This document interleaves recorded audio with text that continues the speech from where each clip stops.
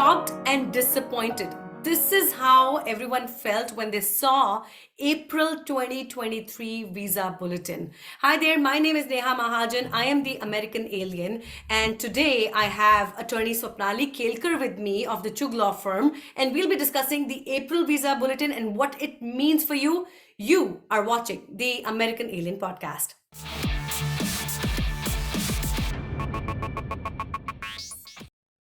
Hi there, Swapnali. Welcome. Hey, hi Neha.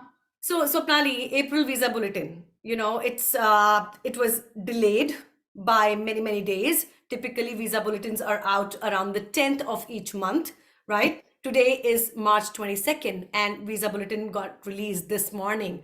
And what we saw was not a pretty sight, Yeah. right? Definitely, yeah. Unfortunately, it's not a pleasant experience for anyone. We are not seeing any progression of dates, but instead, the dates for EB2 for India got retrogressed, right? There is another disappointing experience for those who wants to sponsor for their spouses and who are green card holders.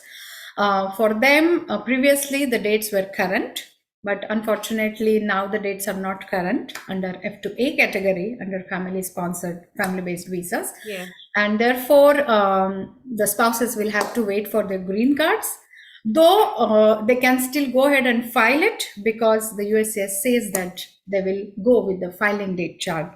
That is table B in the visa bulletin. Right. So that's I would say that's a relief that they can at least file it. Right. But unfortunately, they cannot get their green cards unless their priority date becomes current as per table A, like final action dates. Yeah, and that's the sad news. I mean, for India, coming back to the retrogression in April visa bulletin for those born in India, right? Under EB2 category, it is retrogressed by good 9 months. It was in October, right, and of 2011, and has now retrogressed to January of 2011. I don't think this is fair by any measure. I mean, think about it. In the past couple years, we have seen the visa bulletin progress until 2014, right? And then the final descent happened. So I wonder, and I'm pretty sure a lot of people who are watching us today, they have this question too. Why the retrogression? Why, like, who's waiting in 2011 to get their, green cards adjudicated? That they had to retrogress it back so many years. It just doesn't sound fair. We have seen a great progression in 2020, October 2020, when dates were progressed almost 2-3 years. And then again, we are seeing the fallback in the dates for EB2. Initially EB1, where the EB1 dates were also current, but we have seen even the EB1 dates got retrogressed in the month of Jan, and still it is not current. So I think when the dates become current, when the final action date become current, there are multiple people out there who file for their, when the priority date become, there are multiple people out there who are filing, for their green cards. However, because of the per country quota limit, right, there is a possibility that the number of applications received by the USCIS office are much more than, allotted quota. And when these numbers are disproportionate to each other, there is a possibility that the USCIS officers, when they exhaust that quota, then again have to fall back on the date. So that must be one of the reasons why we can see the retrogression in the dates, even though and that retrogression happen not just for 1 month or 2 months. Sometimes we are seeing that the retrogression is happening for almost 2 years or something, or maybe for a year or so, right? Yeah, I mean, to your point, I feel definitely in the last couple of years when we saw visa dates progress really miraculously, if I may call it, right? And a lot of people adjudicated their, got their adjustment of status adjudicated. I feel that that's probably why USCIS has now retrogressed the dates back into 2011 after having brought it all the way to 2014. That might be the reason. I'm not sure. That Yeah, might be the reason because, like, when they are getting, like, multiple applications, definitely the workload what the USS offices yeah, are getting, that is also, at the higher end. So think practically, like if the officers are not able to, process the applications, then definitely we all are going to experience a huge backlog again, yeah, because whatever applications they are receiving, they are not able to adjudicate it within that time.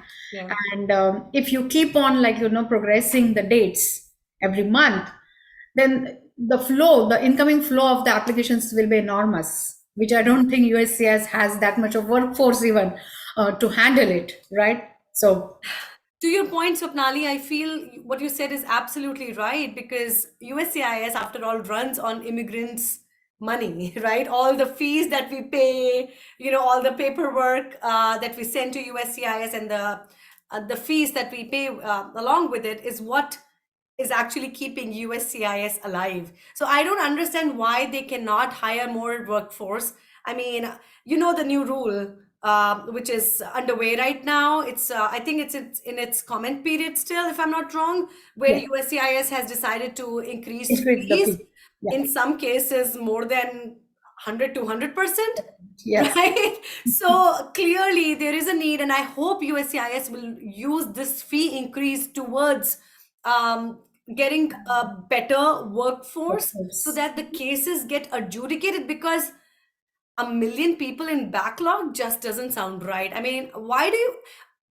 I think we all know the reason why, because the laws haven't changed in so many years. I Yeah. feel like America hasn't become modern enough, has not modernized its immigration system enough to be at par with the rest of the world, especially within the developed countries, you know.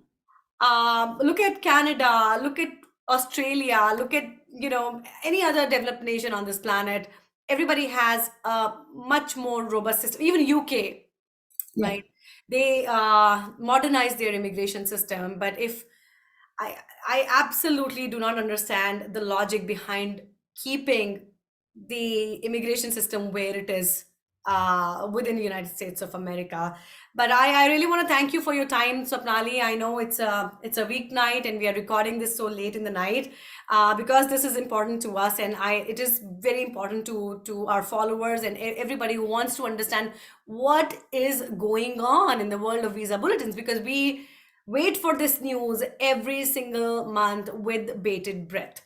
Dates retrogress to January of 2011 in EB2, and then have stayed put in February of 2022 with EB1, and June, I think, of June 2012 in under EB3 category for India. It's just insane. So if you have any comments, any suggestions, any um, topics that you want me to talk about, my email ID is right here and I'll be happy to bring it up on the show. Thank you so much for watching, and please do subscribe.